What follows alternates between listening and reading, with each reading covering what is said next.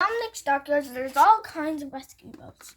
Leah, the lifeguard boat, and Flary, the fireboat.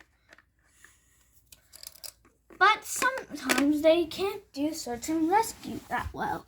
Lee can only go nose diving, but doesn't have a good sonar.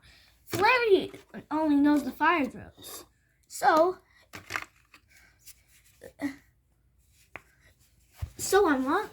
this story starts on one of their rescues. We're coming over. We're coming over. I'll search east. You search west. Guys, no. I'm north. I'm north.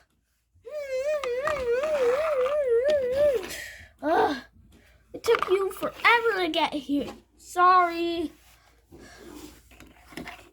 Here's a life vest. So small. Let's head back to shore. So Dominic did not like the sound of that. So for a 2-day loan, he called in a police jet ski. I'm on a temporary loan, so yeah. I'm gonna be staying, not gonna be living here. Oh. Come on, Flurry. Let's go show him out the rescue center. Really? You have a rescue center? We don't really live there. We mostly live in the dockyards. Ta-da! Whoa. But how do you get out? Easy. The water tank fills in and we float up. But I'm a jet ski. I can't float. I only go fast. I can't really float that well. Don't worry, we helped you out with some inflatable floaters until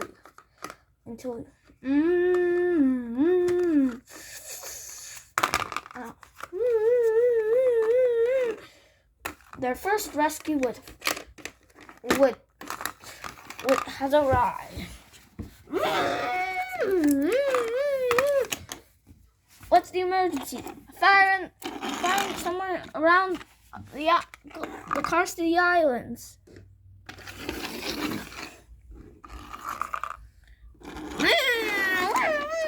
Sonar.